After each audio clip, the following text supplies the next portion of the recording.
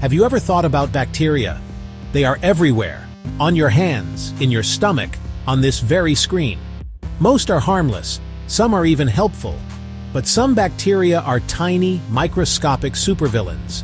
They have a secret weapon, a special suit of armor. We call these encapsulated bacteria. Now picture it wearing a slippery, slimy, sugar-based coat. That coat is called a capsule. The capsule is a key part of what makes these germs so good at causing disease. The slimy outer layer is made of polysaccharides. Think of it like a coat of tangled gummy strings.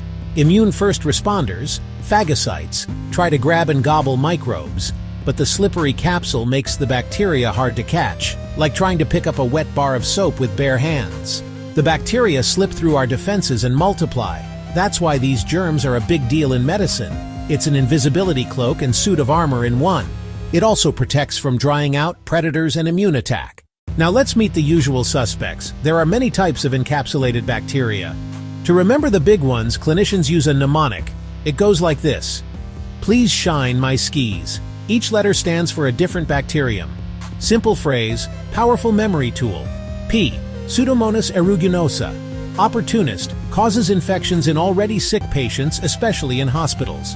S. Streptococcus pneumoniae. Major cause of pneumonia, ear infections, and meningitis. H. Haemophilus influenzae type B, Hib. It used to be a leading cause of pediatric meningitis before the vaccine. N. Neisseria meningitidis. Notorious cause of meningitis in teens and young adults. E. Escherichia coli. Certain capsulated strains. S. Salmonella. Often food poisoning, but capsulated types can cause typhoid and systemic infection. K. Klebsiella pneumoniae. Hospital-acquired infections. Severe mucoid pneumonia. S. Group B Strep. Streptococcus agalactiae.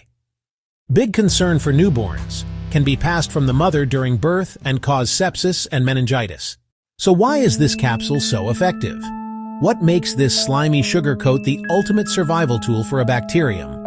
It really comes down to one main job: escaping our immune system. Think of your immune system like a security team patrolling your body. A key part of this team is a group of cells called phagocytes, literally eating cells. They grab and digest invaders in a process called phagocytosis. This is where the capsule comes into play. The capsule is a master of disguise and evasion. Its surface is incredibly slippery and smooth. That slipperiness makes it physically hard for the phagocyte to grab on. But it's also a chemical defense. The capsule is made of polysaccharides. Those sugars are similar to our own cell sugars. That similarity makes the bacterium look less foreign to our immune system.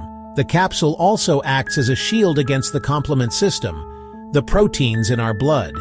It physically blocks these proteins from reaching the bacterial surface. This gives the bacteria a critical head start.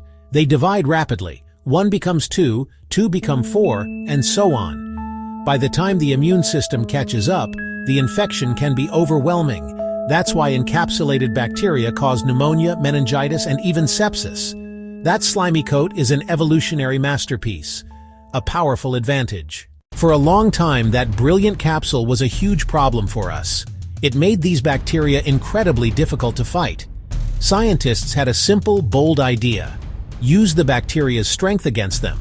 Teach the immune system to recognize the capsule itself. Conjugate vaccines. This protects against Hib and some strains of Streptococcus pneumoniae. It turns the bacterium's invisibility cloak into a flashing neon sign. Our immune system is great at responding to proteins, but polysaccharide sugars alone don't provoke a strong response, especially in young children. Scientists extracted the capsule polysaccharide, the invisibility cloak. Then they chemically attached it to a harmless, noticeable protein. When injected, the immune system sees the protein and mounts a strong response. Because the sugar is attached, the body also learns to recognize the capsule. Powerful antibodies form that can grab onto the capsule.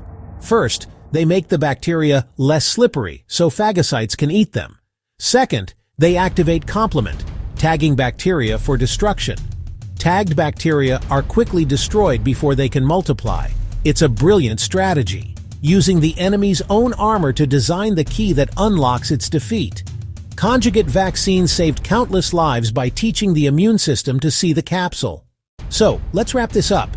We explored some of the cleverest villains, encapsulated bacteria. They come equipped with a special suit of armor, a slimy polysaccharide capsule. Remember the Please Shine My Skis crew, Pseudomonas, Streptococcus pneumoniae, Haemophilus influenzae type B, Neisseria meningitidis, Escherichia coli, Salmonella, Klebsiella pneumoniae, group B Strep.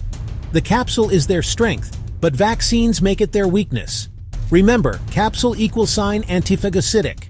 Capsule polysaccharide plus protein conjugate vaccine antigen. By understanding the science, we empower ourselves to stay healthy. Now you know. Consider yourself scienced.